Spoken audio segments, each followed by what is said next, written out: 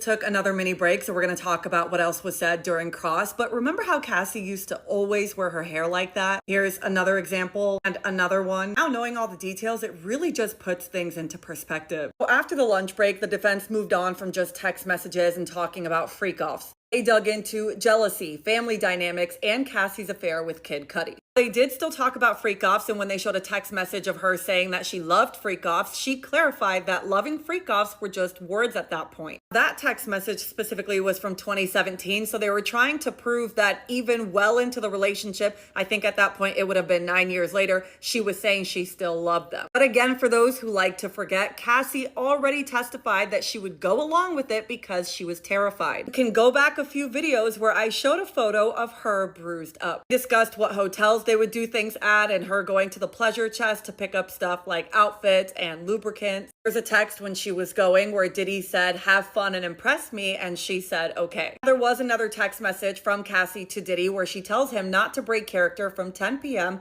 to 8 a.m. She said her friend had told her about this role play idea so that she could rekindle the romance. They also talked about going to clubs, and Cassie laughed on the stand when recalling the fact that they went to go see the Book of Mormon that same weekend. Now, the defense used these lighter moments to show mutual excitement, but Cassie pushed back, saying they were skipping over the emotional context. Conversation then turned to Kim Porter and her jealousy. Kim Porter is the mother of Diddy's 3 children, and Cassie testified that it would upset her that he would spend the holidays with Kim Porter and his children and not include her. In a text message from 2013, she wrote, "As much as you think you're Bruce Willis, you're not. Your kids were babies when we started dating." She told the courtroom she was on the edge of tears all week. She also said when she learned about another woman named Gina, it prompted arguments. But Diddy accused her of cheating, particularly with Kid Cudi, and that was when they were on a break in their relationship. And when asked if she was still having freak-offs during that break, she said yes, it was a job. Cassie talked about using a burner phone to contact Kid Cudi because she feared it would be too dangerous if Diddy found out. She talked about the fact that when he did find out, he lunged at her but didn't make contact. She was asked why she would meet up with Diddy if she was so terrified, and she said she went to confront him when he was surrounded by people because I thought I'd be safer with others there. Again, the defense tried to push the fact that the freak-offs were mutual, and they showed a text message from Diddy where he said, "If you're not into it, no worries, no stress." They also showed another text message where he wrote, "I want to do what you want me to do." Cassie pushed back on that framing. She said she often felt like she didn't have a choice. Despite any excitement she might be showing in the text messages, by the end of that relationship, she was just going through the motions. It's very evident there were 2 times where Cassie felt very irritated because at one point she said, "Can I speak?" So my assumption is they wanted the short answer and not let her explain. At another point she asked, "This is not about how I felt, right? Because you're skipping over a lot here." They are back from break and there's about 2 hours left. I'm not sure if there will be another break, so there's either going to be 1 more update from me or 2 if there is a break.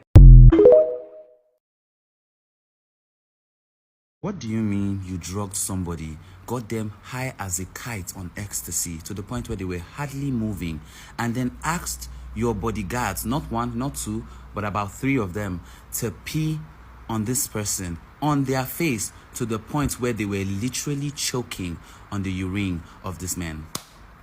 What do you fucking mean? Someone had a problem with a particular sentence that I said in my previous video about Haley and EFG. The sentence was, another restraining order has been filed against yet another abusive black man. And the person was like, oh, why would I say abusive black man? As if other races do not have abusive men. And it is very telling of the kind of people we are, how we like to invalidate the conversations of an issue by bringing up things that do not even matter and are very irrelevant, by nitpicking words in sentences that are supposed to be taken as a whole. Is Diddy not a black man? Is DVD not a black man?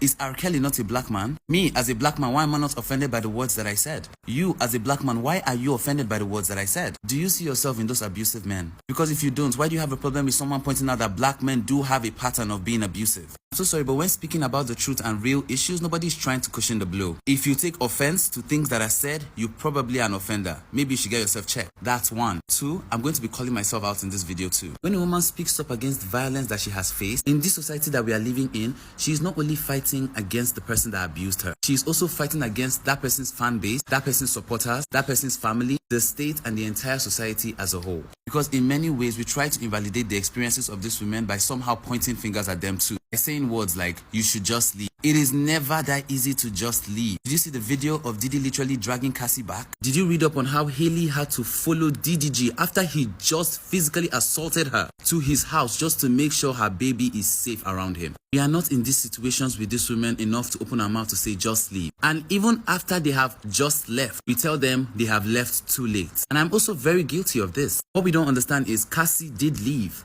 Hailey did leave. They both tried to get restraining orders and did. They both tried to bring the abusers to justice. They put in all this effort, and all we can tell them is, you did not leave early. You did not try hard enough. We have all this advice to give women that are going through all of this, but we never want to face the fact that a man is literally out here inciting violence against women. Many men are literally out here inciting violence against women simply because they hate them. With no other reason, just that. Just to experience power. Just to exert power on someone who you feel you have control over. Just because of jealousy. So before you open your mouth to give an advice to a victim on some, oh, you did not do this, you did not do that. How about you shut up?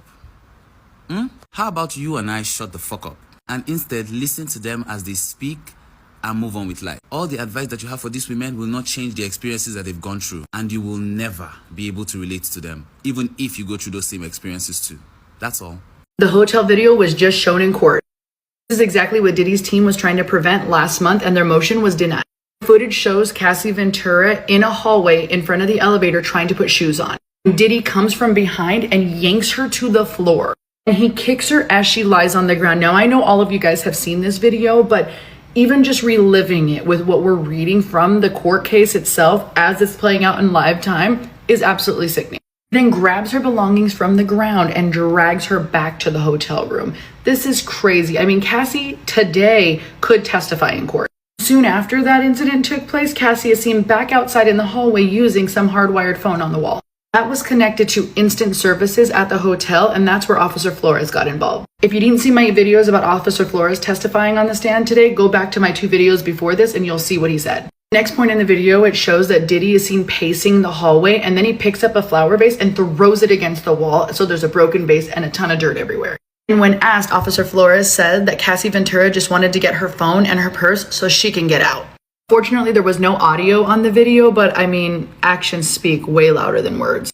The jury's watching some of the video footage right now. There's more footage of Officer Flores escorting Diddy right back to his room, and then Cassie leaving the hotel room with her bag, and then Officer Flores following shortly after. Again, make sure you guys are following, liking, and commenting down below so that way I can continue to bring you guys these reports throughout the day as they happen. What you got to say now? What you got to say now? You ain't got shit to say when you put your girl on the snap.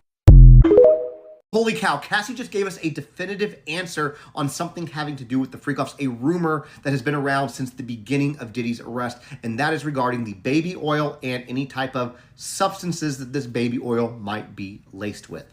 Now, just for reference, it is day 8 of this trial, day 3 of Cassie testifying, and she is now in cross-examination. And what she has just said is that regarding the baby oil and substances, there never was any type of substance in the baby oil, that it was just plain baby oil. Diddy preferred Johnson's, the large bottles, and he liked them to be heated. And just another thing that we learned yesterday, apparently going through 10 of those large bottles in a single session wasn't uncommon because he liked them to rub it on every about 5 minutes. Now, I am covering this case from start to finish. We will be doing an afternoon recap once court wraps up for the day. So if you want to make sure you stay up to date on this, make sure to hit that follow button and drop your thoughts in the comments. And because I need to get this video over a minute, here's just a really big lava lamp that you can get. This is actually the biggest one that you can get.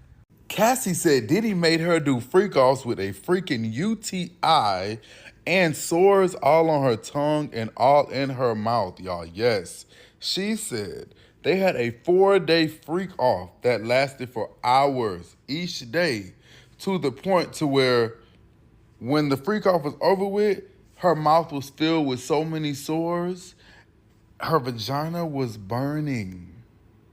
She said her vagina was burning during some of the days of the freak-off, y'all. She said she had to sit there and endure that on top of having a UTI, sores in your mouth. She also was on her cycle. Imagine being on your cycle, having a UTI, you know what I'm saying, doing all this shit, and your man just wants you to get hunched on by several different men. Y'all, and let's not even talk about how it was 12 different male prostitutes. 12. Yes, 12. From different cities. They were flown the fuck in. Flown to them or whatever. Like, he had a real obsession with seeing her get plowed by other men, and he didn't care what type of position she was in. Like, even the one prostitute said she took too long to come in the room, and he beat the hell out of her so bad that his penis wouldn't even get hard for her no more because he couldn't believe that he just seen that. That don't sound crazy to y'all? Day 4 of the Diddy trial, bitch, let's go. So my bad, I didn't give y'all updates this morning. I felt like I should just go all the way to lunch. Lunch was at like noon. And then I would come back and give you a full update, and then I would give you a second update after everybody's dismissed for the day. I don't know, y'all let me know if that's what y'all want. But let's get into it. Before the jury even entered the courtroom, tensions were on an all-time high, right? The defense attorney for Diddy insisted that they show text messages between Cassie and other men, trying to highlight that Diddy was aware that infidelity was happening on both sides, right? Kind of arguing that she was a willing participant in all of this. One of the defense attorneys said they texted about everything. Diddy's other attorney, Anna, says, and I quote, "A large part of the defense is infidelity on both sides, and the fact that Mr. Combs understood that Ms. Ventura was having other relationships with other men." But prosecution said, "Oh no, bitch." The lead prosecutor, Maureen, says, and I quote, "This witness is very, very pregnant. We are afraid she could have a baby over the weekend." So the defense was like, bet. They wasted no time, okay? So what they did was bombard Cassie with emails, text messages from her relationship with Diddy. I'm gonna read y'all some of the text messages. Be prepared. Diddy says, "I'm so horny." Cassie says, "Oh my God, I was just about to text you the same thing." Diddy said, "I can't wait." Cassie said, "I can't wait either." They even dug up a 2009 email where Cassie wrote, "I'm always ready to freak off, LOL." So the defense jumped in on it, right? They was pressing her. So they asked, "So you wanted to make him happy with the freak offs?" Cassie said, "No, it was a lot more than that." She was actually very stern. She said she admitted that at the start she thought it would please him and she wanted to please her man. But she also made it very clear, and I quote, "In order for me to be more open with the things we do in bed, I needed to trust him more." But baby, the text messages and emails got even more graphic. I'm gonna read y'all a few more. Cassie emailed Diddy, "Do you have any pills on you?" Diddy responded, "I'm gonna do it again." And then Cassie, in one of the messages, admitted to deleting videos, sex videos off of her camera, texting him, "I just deleted the video off my camera. It was so dope." Cassie starts to break down, right? And the judge steps in. As the defense kept grilling Cassie, it was clear that it was getting to her. At one point, she kind of leaned in and whispered something to the judge, and then the judge took a 10-minute recess. But once court resumed, the grilling continued. So his lawyers pulled up more emails and more intimate details explaining that Cassie, or trying to explain that Cassie was a willing participant. One email read, "Having freak-offs is the next step in our relationship." But when they were asking Cassie this, Cassie was steady and stern. She said, "No, it was a lot more than that." And I'm about to do a part 2 because y'all attention span ain't that good. So part 2, I'm going to go into talking about her career and her independence. So you mean to tell me that Diddy was so powerful that he had other A-list celebrities running? I want y'all to understand that Kid Cudi is not no broke guy. Like, he's not no, like, regular rapper. He's an A-list celebrity. A-list enough for him not to be threatened by Diddy. That's how you know Diddy was untouchable. And that he knew he was untouchable. Because you gotta think about it like this. No police reports came out. It wasn't all over the blogs that Diddy did this. But people knew that he did it. Kid Cudi knew that he did it. Cassie knew that he did it. So for the people in the back that are saying like, "Oh, Cassie could have been left," this was the least of Diddy's crimes. This was a prime example of how untouchable Diddy was. That there were extra linens because There's Dookie on the sheets. So what she said was she was actually made to have freak offs during her period, and so there would be blood on a lot of the sheets. And she said she didn't want to do that, but she was being made to do that allegedly. And she also alleged that there'd be urine on the sheets, and we've heard testimony about the urine and why those things happened allegedly. And baby oil. She said that they would oil up so much. That was like a big thing for Puff allegedly. Like you had to be oiled. That every 5 minutes they were like just re-oiling because He wants you to look like a shiny suit. Yeah, because it glistens, and I guess it's the sexiness of baby oil on He wants somebody. you to glisten like them shiny suits he used to wear in the 90s. This is so sad. I guess so. And then when we talking about the urine, she talked about that in one of the free calls because they'd asked her, we opened up our testimony or our opening statement, the prosecutors talking about, you alleging that there was a male escort that was made to pee, or I'm sorry, that was made to urinate on you. You can say pee. Same thing. Urinate on you. Can you detail that? So she starts to detail that, and she says that at one point she was choking, obvious reasons. And they asked, well, why didn't you just ask them to stop? And when I say them, she updated us and let us know. Who's the attorney, Riley Freeman? He says, why wouldn't you just move out the way? That's what he asked her for. Basically, they just asked, like, at this, because it didn't sound like she was being held against her will at that point, like physically. So they're like, well, why would you just, because she said she laid down with her hands up a lot of times when that was happening because she didn't like it and it was a lot going on. And she said that not only would the escorts do it, allegedly Puff would join in as well. And she said when it would get to a point where it was too much for her, sometimes he would tell the escorts, Puff would tell the escorts allegedly, like, yo, all right, let's stop, let's chill. So they asked her, like, why wouldn't you just tell them to stop yourself? And she said, I'm laying on the floor, and allegedly intoxicated by all these things, and it's two men standing over me. What am I going to do? Cassie said that when they were doing the freak-offs, when they got to the end, Puff would tell the S-workers to finish on her torso, and then they would go in another room, and she would rub the fresh nut juice onto his torso and nipples. Whoa. She testified that she did not want these weekly freak-offs. They would take 3 to 4 days almost every week from 2007 to about 2018. So this is what she's spending the vast majority of her time doing for a decade. Why didn't she just leave? This is a wild question.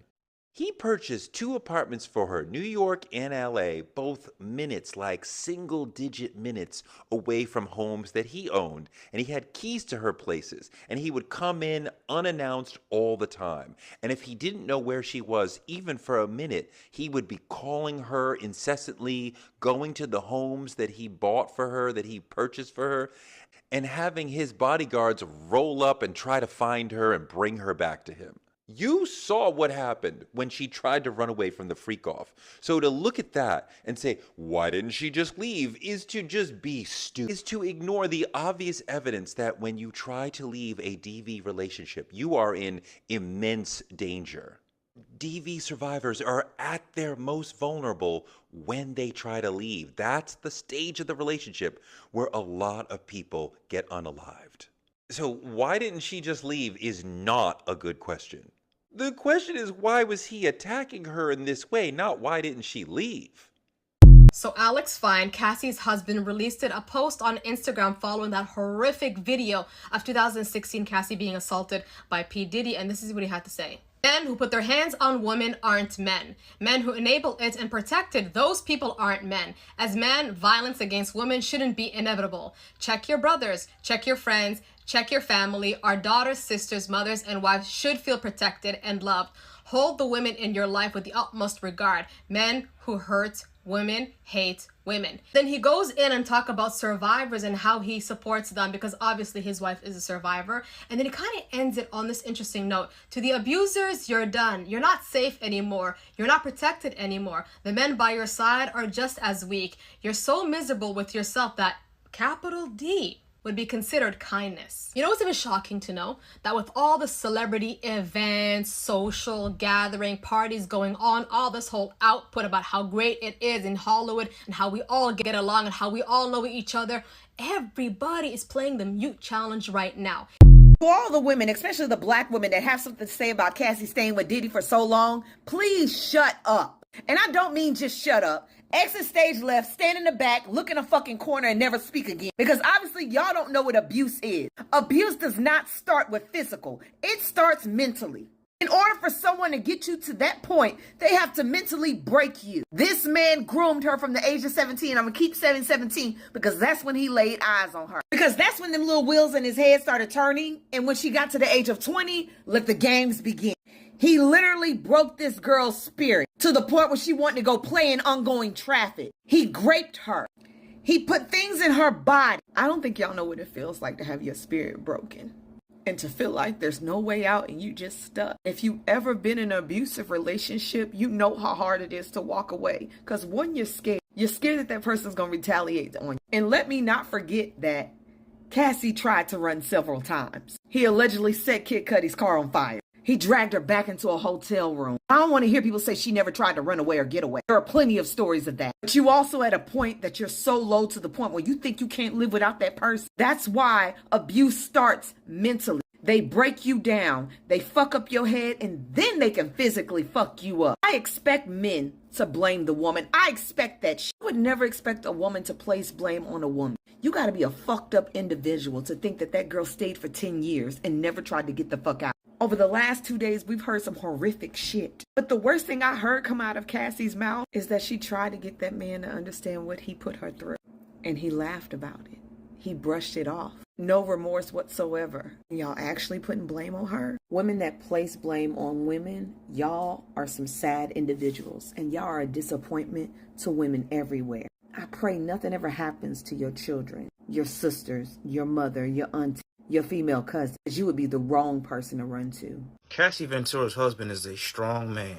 For you to be able to sit there and listen to your current wife, who was pregnant with your third child, go into graphic details of her freak-offs when she was in a relationship with P. Diddy, and not spaz out and jump out your seat and beat the shit out of that man in court, restraint and control level on 1,000. Because if that were me, I'm going to jail with P. Diddy.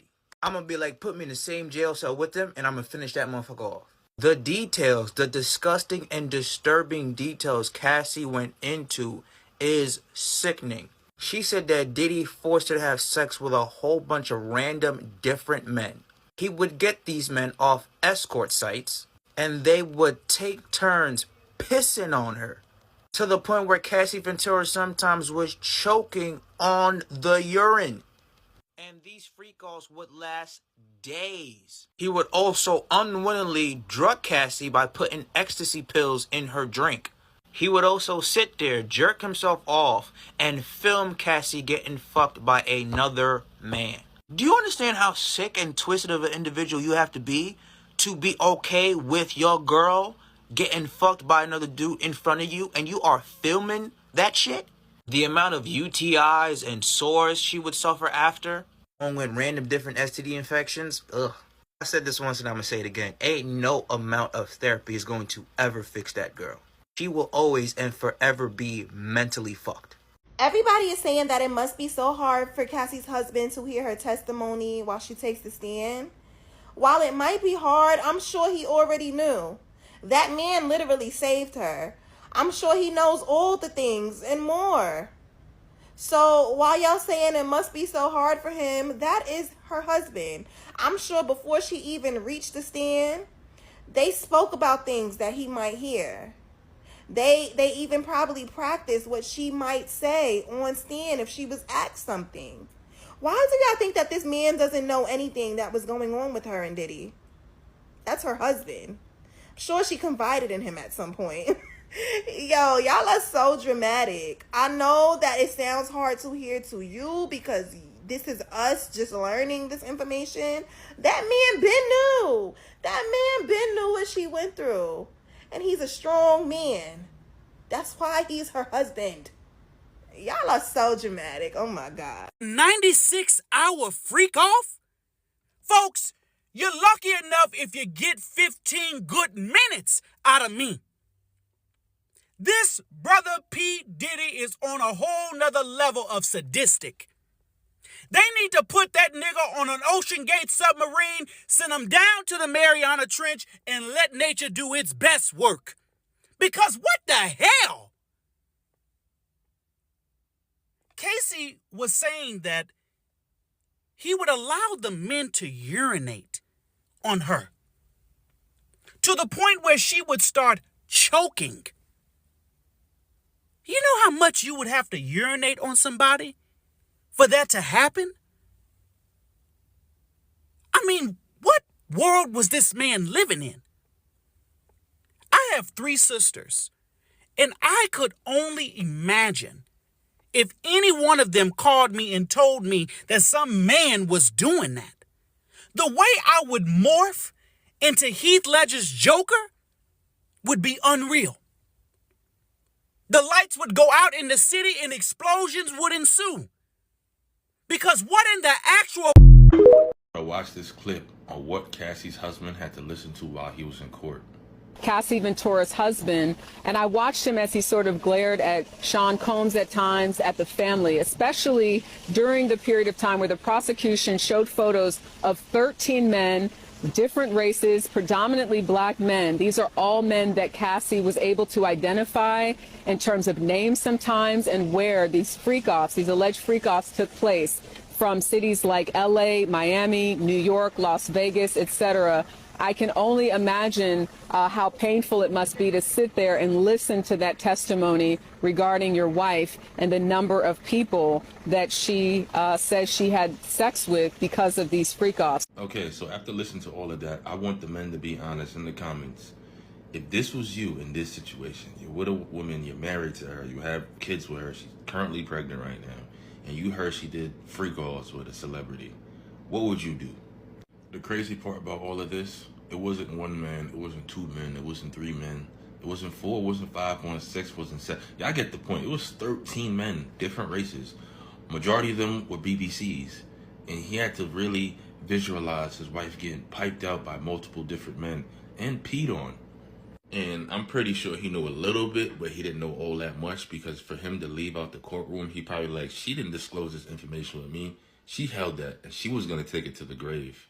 And a lot of women want to say she's a victim. Okay, I'll grant you, she is a victim. Just imagine this was your son and he was married to a woman like this. What would you tell your son? And you want to get married. Pack it up.